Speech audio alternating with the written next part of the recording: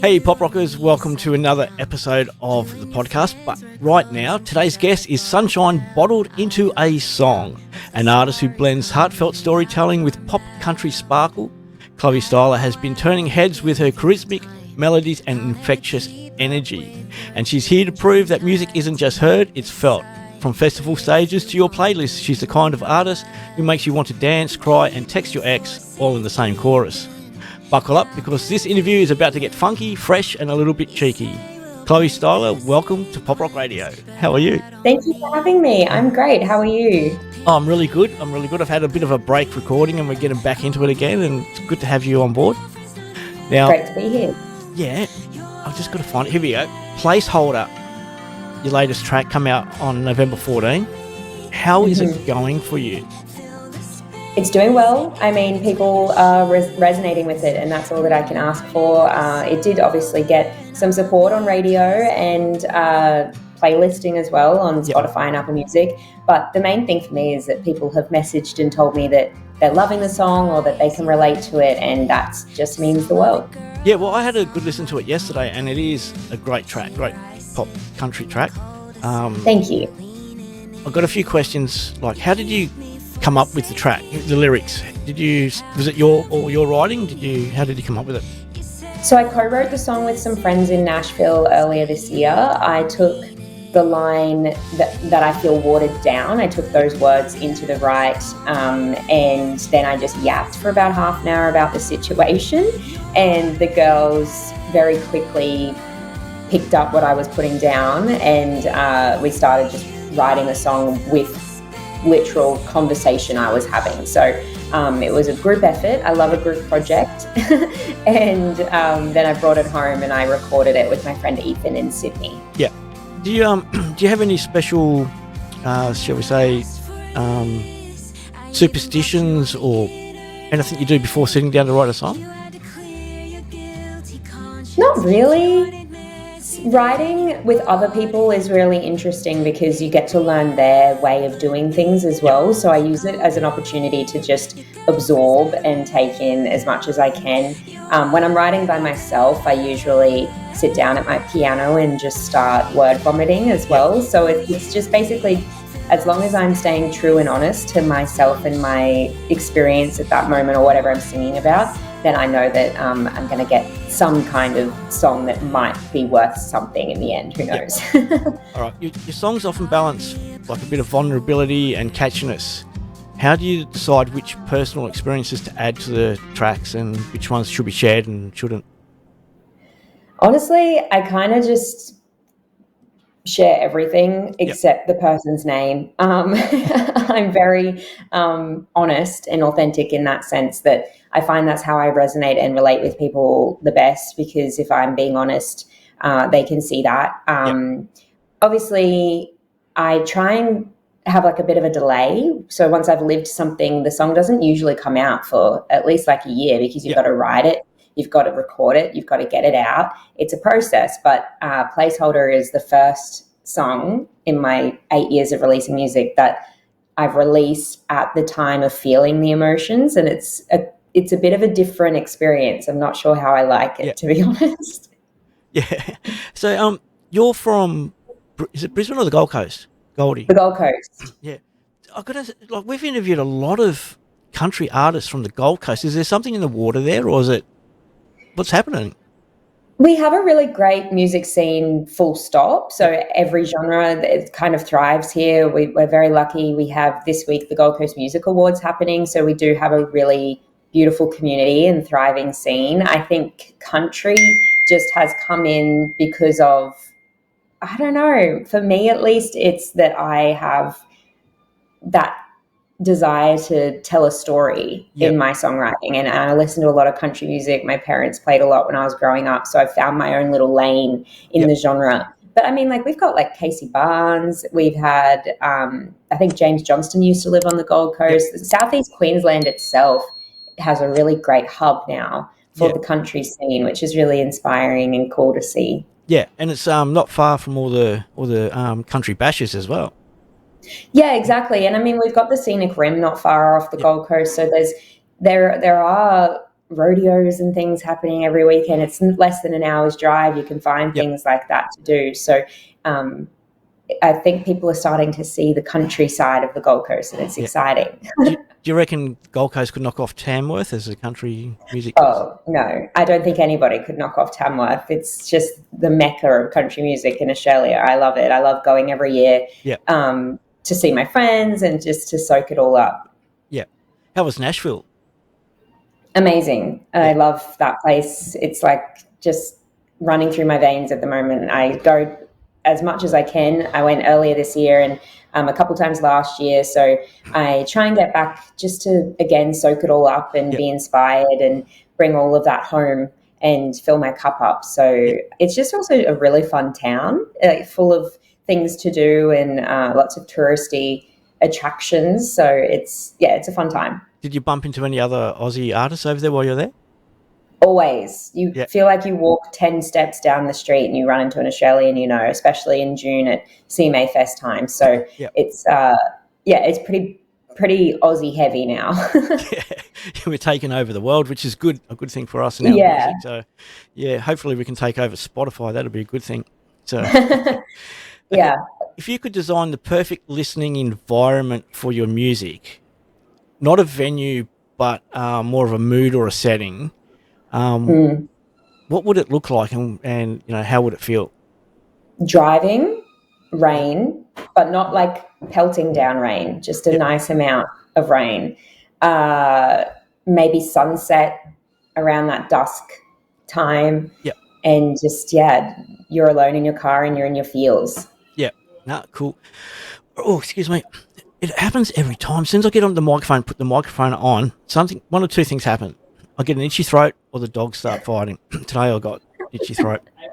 Anyway, we do a segment called Get to Know. So this one's Get to Know Chloe Styler. It's 10 quirky questions. Now what happens is I haven't seen the questions. I don't know what they are. Copilot have produced these questions for me. So AI, we try to embrace it to get some more creativity into our questions. So we've got 10 Get to Know Chloe questions. Are you ready to join us? I'm ready.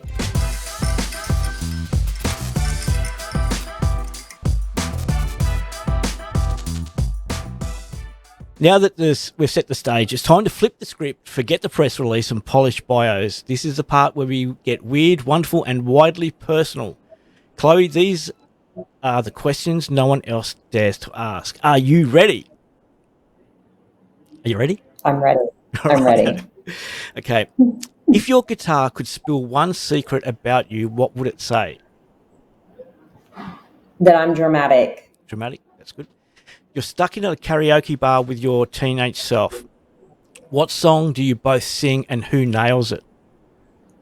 One Direction, What Makes You Beautiful, and my teenage self nails it.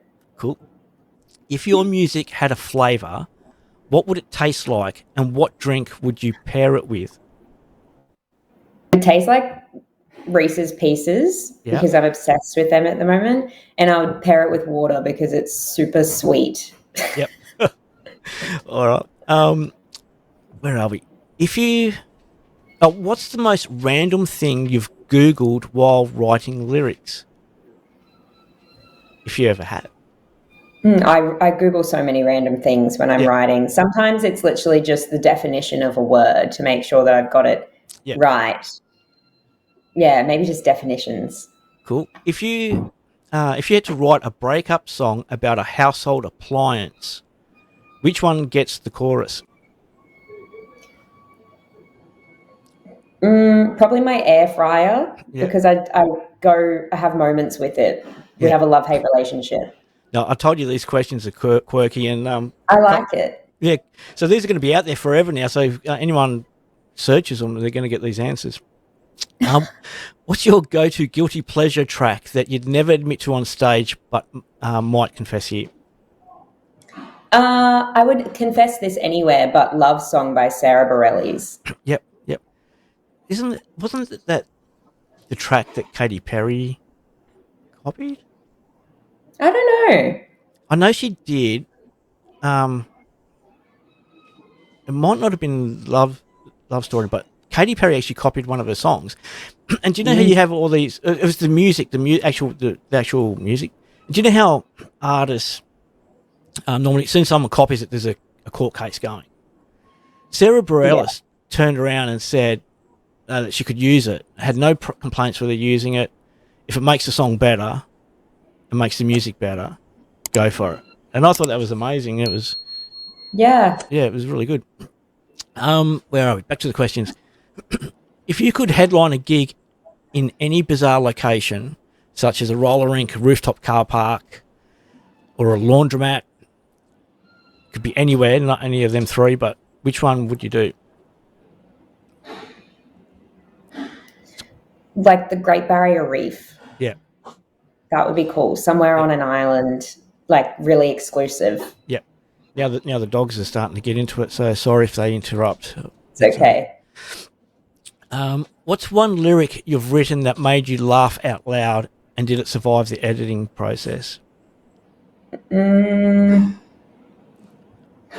wrote something like, one that did survive the editing process is in my song Little Lady. I have, you never even did me wrong, but boy, you deserve prison. Yep. It's just so dramatic, and it's just me to a T. Yeah, it's pretty good. If your alter ego had to release a single, what would the title be, and what genre would it crash into? I feel the genre would be more in that folk indie space because I listen to a lot of that music. And the title, I don't know, maybe just, I don't know, something about just being someone that's always in my feels. Yeah. Last question. What's the weirdest backstage ritual you've ever done or would totally invent just for fun? One superstition I have is I can't wear odd socks on stage. Yeah. So I have to, even if they can't see them, they have to be the same sock. Yeah. So that, I suppose. I'm like that in everyday life. I can't wear odd socks. Do you know how you get like the white sports socks? And when you put them through the wash and they come out, you go through the wash a few times, they're never the same. So if you've got 5 pairs, you can never get them the same. So I can't wear them. I'm just like, I just got to throw them out, buy new ones. So fair. Yeah. All right, that's all our technical questions out the way and our get to know out the way. We've got to find out more about Placeholder. Is it part of an album, EP release? It's not going to be a part of a bigger project, that specific song, but I am working on a body of work for next year. So an EP, maybe. Not sure how many songs yet, but I know I want to get a collection of music out next year. Now, you said you've been playing music and creating music for 8 years. That's a pretty good run. How many albums or EPs do you have out that people can tune into? I have 2 EPs out, and I have a third available on my Bandcamp, which is my debut EP that I released 8 years ago, that I have since taken off streaming because it doesn't reflect where I am currently in my musical journey, but I still do have hard copies available. So if anybody does want it, it is there. And to get to Bandcamp, nice segue here, the QR code on the screen, if you scan that in, and I will put the link into the description of the YouTube video, but if you scan that QR code in, it will take you to Chloe's Linktree page. From the Linktree page, you can go to all the socials, Bandcamp, and what we always say is support local artists by going to their Bandcamps and their merch stores and picking up a great bargain, especially around Christmas time. Great gifts going there, so that's great. Your previous single, we're going to go back a bit because I know that on Pop Rock Country, there's a few Chloe style of songs. I'm pretty sure of it. Nadia normally looks after that for me, and she pumps it all through great country music. So that'll be on there. But your previous single, Push Pull, that in the notes here, it says it marked the beginning of a new chapter arriving alongside her Big Sound 2025 appearance and already adding to an already impressive list of milestones. Run us through some of the milestones, a bit about push and pull. Yeah. I think the milestones would probably be last year I was named Breakout Artist of the Year at the Gold Coast Music Awards. So that was a really wonderful moment for me, having been a member of the community on the Gold Coast for so many years. I played in Nashville. I performed at CMA Fest and Americana Fest in 2023. Yep. So I've been able to showcase internationally. And I have since performed at Big Sound. So that was really amazing. I had been trying to tick that off my to-do list for a while. And it was just so much fun. I really enjoyed those crazy, hectic few days. And 650,000 streams? Yeah, across all platforms. Yep. And I'm independent and self-managed. So it has been a feat to achieve those things. That's amazing. That's pretty good, because I trust me, from doing these YouTube videos, getting people to tune in to streams and watching what you do and listening to what you do is very, very hard. So 650,000, even across all platforms is an amazing feat. So well done on that. That's a good one. Thank you. And you also push and pull was first play on Triple J Unearthed. Yeah, and so was Placeholder. So Unearthed have been a great support since this new era of push and pull and onwards. So that was really, really cool. I love Triple J, big fan of listening to Unearthed and discovering Aussie music through there. So it was really cool. That's great. So what do we have coming up in the future? You said the EP. Any tours, shows? Where can we catch Chloe?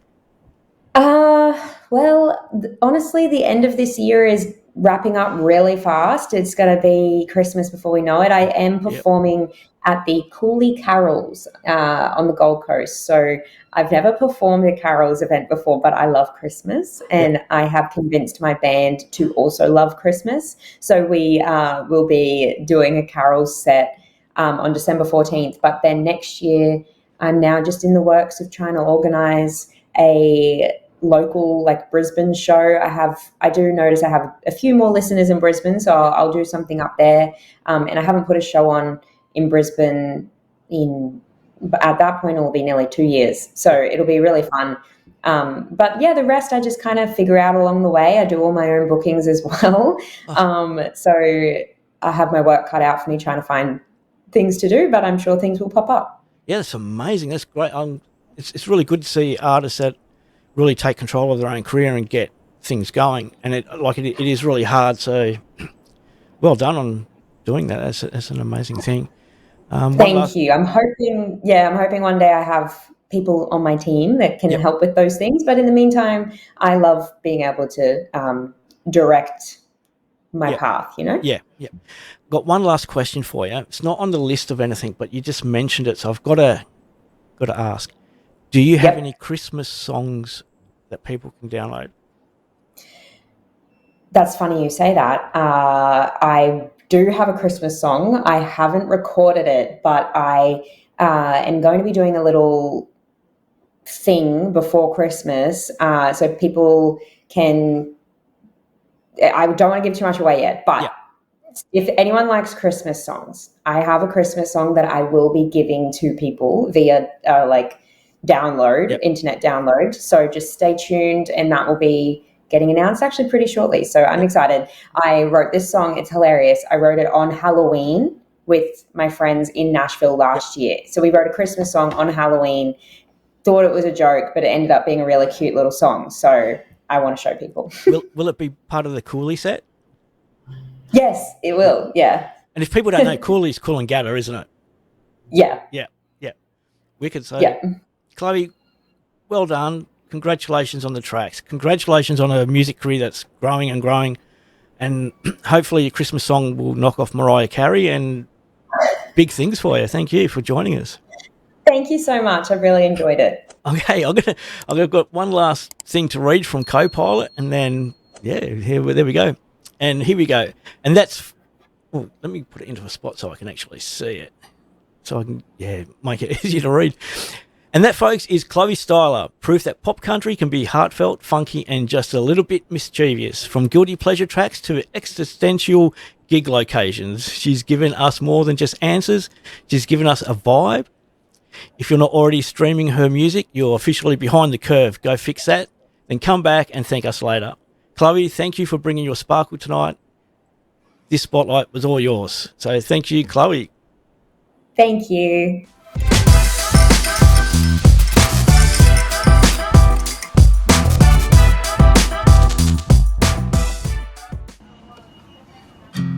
Ran into you on the east side of town. You and your friends were closing some dive bar down, and I lost count of the sorries coming out your mouth. I don't know why I gave you the time. I'll never keep up with your changing tides. You can't decide if you want me in your life. You keep me for safekeeping. How convenient. You say we'll break the sequence, but I don't need this. Pick me up, put me down, call me when your girlfriend's not around. You're watering me down, making me who you need. Fill the space in between your sheets. In the morning you'll be sober and I'll be a placeholder.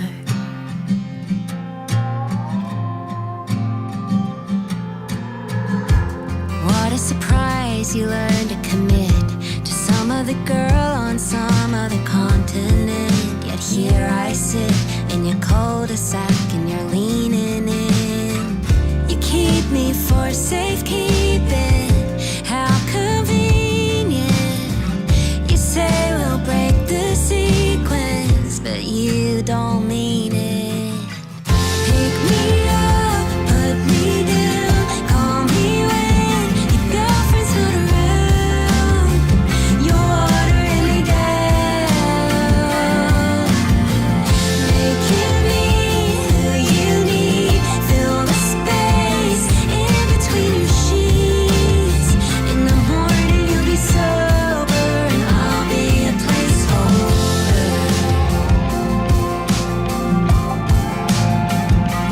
I never asked for this. I even blocked you on the internet. You had to clear your guilty conscience. If you wanted messy, then you got it.